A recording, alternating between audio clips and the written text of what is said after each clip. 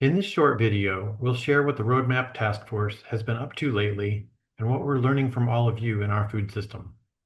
And don't miss our second video, which will dive into the system model we're developing and some emerging thoughts for the work of the Roadmap Initiative. We took the roadmap on the road. At this year's Everything Local conference, we hosted and presented at a pre-conference dinner and also facilitated a breakout session, walking participants through how to engage with and what to expect from the roadmap building process. Through a panel discussion and Q&A session, we educated and oriented Food Justice Summit attendees on the roadmap's purpose, structure, and role in Illinois' food system. And we introduced the roadmap to the state's Ag Equity Commission members, building shared understanding of how the roadmap connects to equity-centered food system work. Next, we brought the roadmap to you. It is not our initiative, it is yours. So we seek statewide input at every stage. Our online questionnaire dug in on 4 key question areas. Does the way we've heard you and framed things thus far resonate with you? And does it help you see value in the roadmap? Which substantive areas, issues, or stakeholders should be prioritized in Phase 2 and beyond? What conditions are blocking people from moving from intent to action?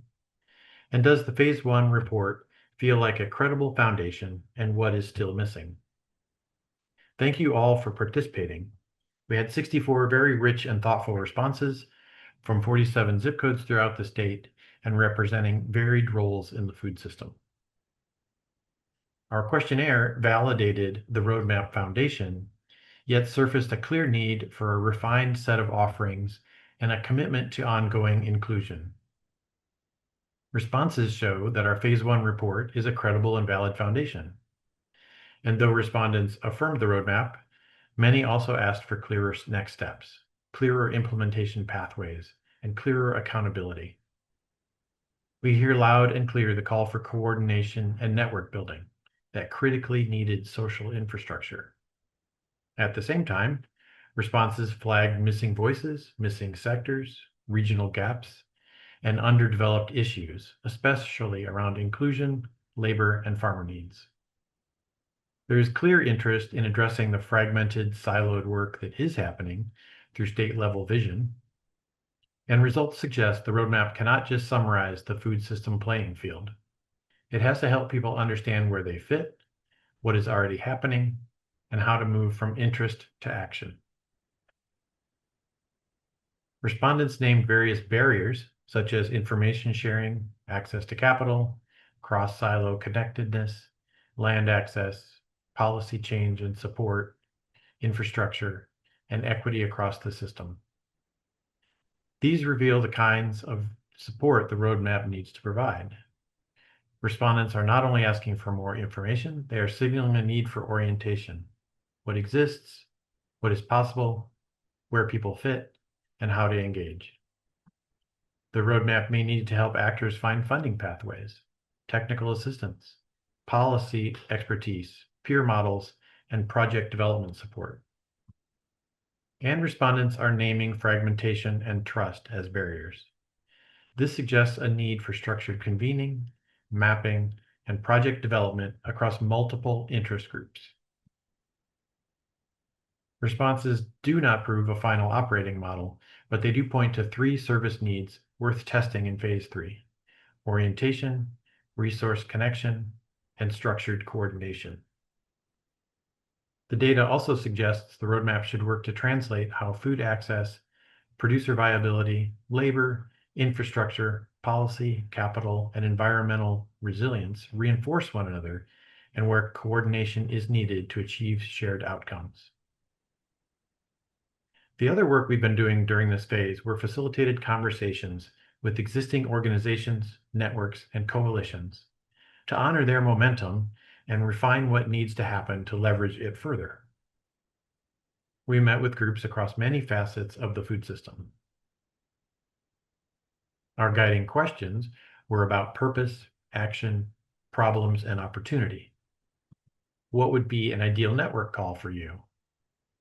How has your network supported its members and their goals? What are the primary barriers your work and network are trying to address?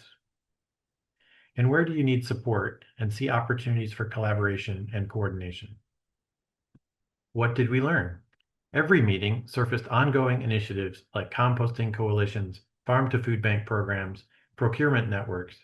There is so much good going on across our state, but none of them know enough about each other. The gap isn't effort or will, it's a shared map of who's doing what. And the way to get there might be things like a partner directory, a regional network map, and a shared space that tracks assets and gaps for us all to see and use. We learned coordination and connection is the missing infrastructure and that it's critical. Across all our meetings, coordination was named as the thing that would unlock everything else. Not a new program, not more funding, someone in the middle who holds relationships, makes connections, and translates between the various actors in our food system.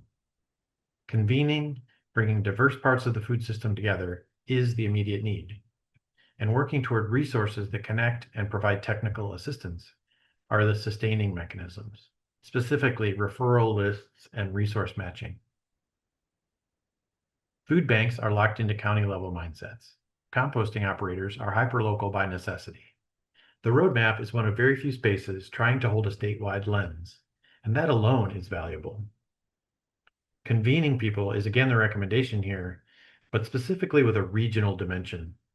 People need and want structured spaces that cut across county boundaries and help networks see themselves as part of something larger. All this work and learning brings us to where we are now, in a transition between our validation steps and our action and coordination steps.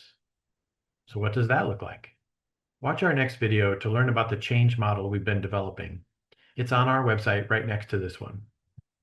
And one more thing we learned from you all in our questionnaire.